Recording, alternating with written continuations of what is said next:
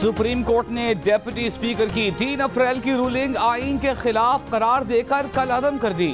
वजीर आजम की असेंबली तहलील करने की एडवाइस भी मुस्तरद। चीफ जस्टिस पाकिस्तान ने 5 सिफर से मुत्तफिका फैसला सुना दिया।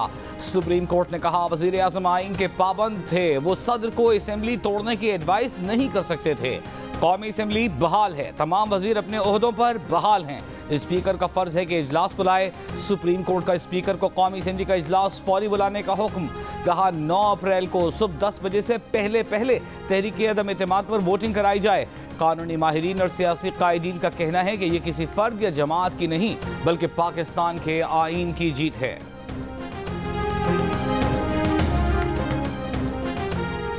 सुप्रीम कोर्ट ने तहरीक अदम एतमाद पर वोटिंग और नई हुकूमत की तश्कील के लिए भी वाज़ेह हिदायत दे दी।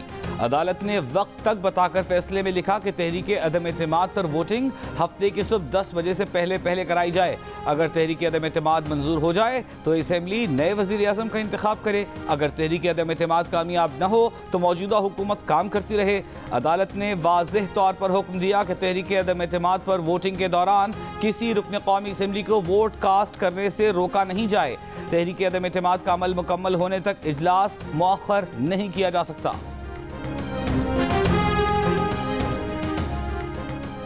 सुप्रीम कोर्ट के फैसले के बाद मुल्क भर में मुस्लिम लीग नून, पीपल्स पार्टी और इत्तेहादी अपोजिशन जमातों के कारकुनों का जश्न। लाहौर में पंजाब असेंबली के अपोजिशन अरकान का जश्न।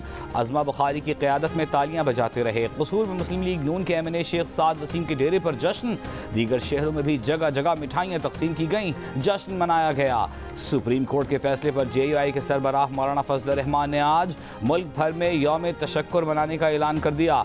कहा आज तहफ़्फ़ुज़ आईन के नाम से होने वाले मुज़ाहिरे अब यौम तशक्कुर के नाम से होंगे।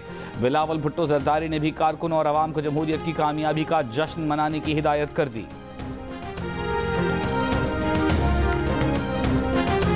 कायदे हिज़्ब इख्तिलाफ शहबाज शरीफ ने कहा है कि कामयाबी की सूरत में ज़रूरी इंतखाबी इस्लाहात के बाद मुल्क में साफ शफाफ इंतखाबात कराएंगे। PTI के अरकान कौमी असेंबली ने इस्तीफ़ा भी दिया तो तहरीक अदम एतमाद मुतासर नहीं होगी। अपोजिशन के पास ऐवान में 178 अरकान मौजूद हैं। इमरान खान इस्तीफ़ा देते हैं तो ये उनका फैसला होगा। JUI से बातचीत करते हुए शहबाज शरीफ ने कहा कि मुबैना गैर मुल्की ख़त का ड्रामा तो इस्लामाबाद में था, पंजाब में तो कोई ख़त नहीं था, वहाँ असेंबली इजलास क्यों ना बुलाया गया। प्रेस ब्रीफिंग में कहा कि उनकी डिक्शनरी में इंतकाम का लफ्ज़ नहीं है। कानून और इंसाफ अपना रास्ता खुद अपनाएगा। नायब नियाजी गठजोड़ को तोड़ देंगे। जादली जादू टोना वैसे ही पाकिस्तान से भाग चुका है।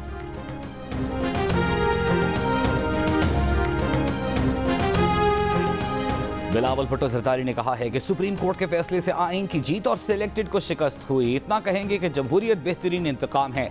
सुप्रीम कोर्ट के फैसले से पाकिस्तान की जमहूरियत, इदारों और आईन का तहफ़्फ़ुज़ हुआ है। तमाम जमहूरी इदारे 2018 के इलेक्शन की वजह से मुतनाज़ हुए थे। वो समझते हैं 2018 के दाग धुल गए। इंतखाबी इस्लाहात के बाद साफ शफाफ इलेक्शन की तरफ जाएंगे। बाद में प्रेस ब्रीफिंग में कहा कि ये जीत अपोजिशन की जीत नहीं, न एक आदमी की शिकस्त है, ये आईन और जमहूरियत की जीत है। अब मीडिया की आज़ादी बहाल करेंगे।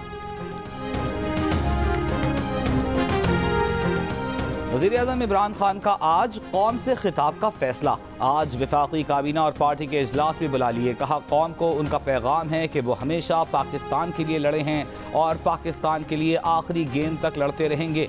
सुप्रीम कोर्ट के फैसले के बाद वज़ीर आज़म इमरान खान की ज़ेर सदारत बनी गाला में अहम मुशावरती इजलास। वफाकी वज़रा और हुकूमत की कानूनी टीम शरीक। इजलास में सुप्रीम कोर्ट के फैसले का जायज़ा लिया गया। आइंदा की हिकमत अमली तय की गई। इजलास में PTI अरकान के इस्तीफ़ों के ऑप्शन पर भी गौर। फैसले से पहले वज़ीर आज़म इमरान खान ने कहा कि सुप्रीम कोर्ट का जो भी फैसला आया कबूल करेंगे। तहरीक इंसाफ नए इंतखाबात के लिए तैयार है। गैर मुल्की साजिश को किसी तौर कामयाब नहीं होने देंगे।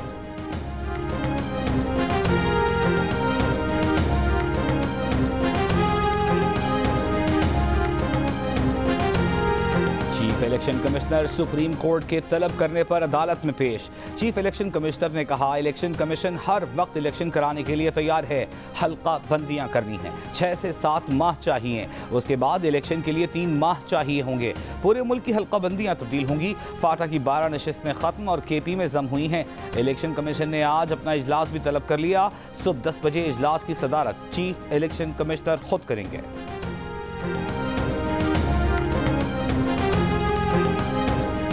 सुबह 9:30 बजे से रात फैसला आने तक सुप्रीम कोर्ट पूरे मुल्क की निगाहों का मरकज बनी रही। सुप्रीम कोर्ट में हुकूमती वकला और अटॉर्नी जनरल ने दलाइल पेश किए। शहबाज शरीफ और बिलावल भुट्टो भी रोस्ट्रम पर आए। बिलावल भुट्टो ने रोस्ट्रम पर आकर कहा, अपने लिए हुकूमत बनाना उनकी तरजीह नहीं, हुकूमत बनाकर इंतखाबी इस्लाहात करना चाहते हैं। चीफ जस्टिस पाकिस्तान ने कहा, क्या इंतखाबी इस्लाहात की तजवीज़ टेबल हुई? बिलावल ने कहा, इंतखाबी इस्लाहात पर बिल तैयार है। चीफ जस्टिस ने कहा, इंतखाबी इस्लाहात के लिए जो तजावीज़ दी गई हैं वो भी ले आएँ। बिलावल भुट्टो की 3 नस्लों ने जमहूरियत की बका के लिए कुर्बानी दी है। आप वाहिद हैं जिनके चेहरे पर मुस्कुराहट थी। हमें आइन पर सख्ती से अमल करते हुए फैसला जारी करने दें।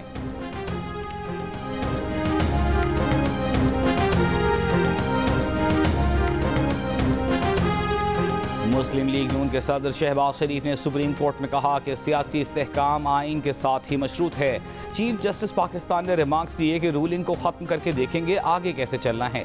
शहबाज शरीफ ने कहा कि हाउस नया लीडर ऑफ हाउस मुंतखब कर लेता है तो मुल्क को इस्तेहकाम की तरफ ले जाएंगे।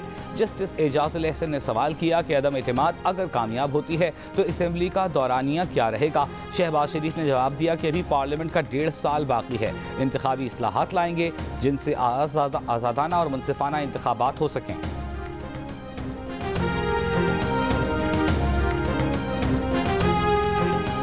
आज की कार्रवाई में अटॉर्नी जनरल पाकिस्तान खालिद जावेद खान ने कहा कि असेंबली तहलील होने के बाद आइन के तहत इलेक्शन कमीशन 90 दिन में इंतखाबात कराने का पाबंद है।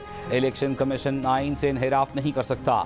PTI के रहनुमा फवाद चौधरी ने कहा कि इलेक्शन को 90 दिन से ज़्यादा आगे ले जाने की कोशिश आइन की संगीन खिलाफ वर्जी होगी। जल्द अज जल्द सियासी इस्तेहकाम के लिए इलेक्शन 90 दिन के अंदर लाजिम है। साबिक सेक्रेटरी इलेक्शन कमीशन कमर दिलशाद का कहना है कि आर्टिकल 254 इजाज़त देता है कि नागुज़ीर हालात में आम इंतखाबात 90 दिन के बजाय 7 माह में करा लें। MKM के कन्वीनर खालिद मकबूल सिद्दीकी ने कहा है कि हम तारीख के सही वक्त में तारीख के सही रुख पर खड़े थे। आज की ये शब शुक्र का तकाजा करती है। उम्मीद है नई क़यादत ऐसा पाकिस्तान देगी जिसमें पाकिस्तान की तमाम ज़ुबानें बोलने वालों को बराबर का मौका मिलेगा। JUI के रहनुमा असद महमूद ने कहा कि सुप्रीम कोर्ट का फैसला आइन और पाकिस्तान की फतह है। अरसे से कौम को मुंतशिर किया जा रहा था, अब इस कौम की वहदत को यकीनी बनाना है। बुध की तल्ख कलामी और धींगा मुश्ती के बाद अपोजिशन ने स्पीकर परवेज इलाही के खिलाफ तहरीक अदम एतमाद जमा करा दी। मुस्लिम लीग नून का पंजाब की सियासी सूरत हाल पर अदालत में दरख्वास्त दायर करने का फैसला। कहा, सूबे में 6 दिन से कोई वज़ीर आला नहीं, स्पीकर असेंबली इख्तियारात का नाजायज़ इस्तेमाल कर रहे हैं। आइनी खला फौरी तौर पर पुर करने की ज़रूरत है। पंजाब असेंबली के बाहर सख्त सिक्योरिटी इंतजामात। पंजाब में नए कायदे ऐवान के लिए हुकूमती इत्तेहाद के उम्मीदवार परवेज इलाही के अपोजिशन से राबिते। तर्जुमान काफली का कहना है कि अपोजिशन को नंबर गेम से मुताल्लिक जल्द सरप्राइज देंगे। ज़राए का कहना है कि गुज़िश्ता रोज़ अपोजिशन के 3 MPAs का चौधरी परवेज इलाही से राबिता हुआ। राबिते करने वाले अरकान माजी में उनके वजीर मुशीर रहे हैं।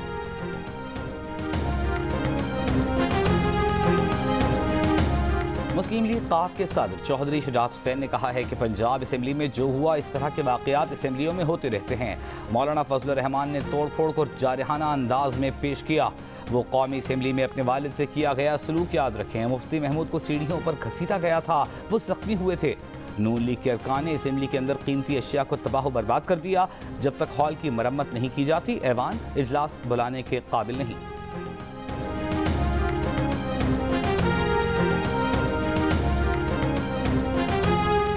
खातून अव्वल की दोस्त फरहत शहजादी और फराह खान ने 7 करोड़ रुपए में लग्जरी कार बुक कराई। 3 करोड़ 63 लाख रुपए एडवांस दिया।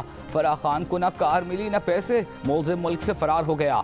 FIA ने मुकदमा दर्ज किया। FIR में मनी लॉन्ड्रिंग की दफ़ा भी लगाई। FIA का कहना है कि फराह खान समेत 23 अफराद से लग्जरी गाड़ियों की बुकिंग के लिए रकम ली गई।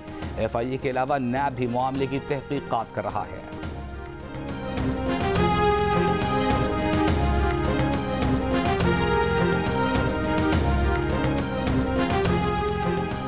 और अक़वाम मुत्तहिदा की जनरल असम्बली ने रूस की इंसानी हकूक़ काउंसिल की रुकनीत ख़त्म कर दी। जनरल असम्बली के 193 में से 93 ममालिक ने तजवीज़ के हक़ में वोट दिए। 24 रुकन ममालिक ने अमरीकी तजवीज़ के ख़िलाफ़ वोट दिए। पाकिस्तान समेत 58 ममालिक ने वोटिंग में एब्सटेन किया। रुकनीत ख़त्म होने पर रूस का अफसोस का इजहार।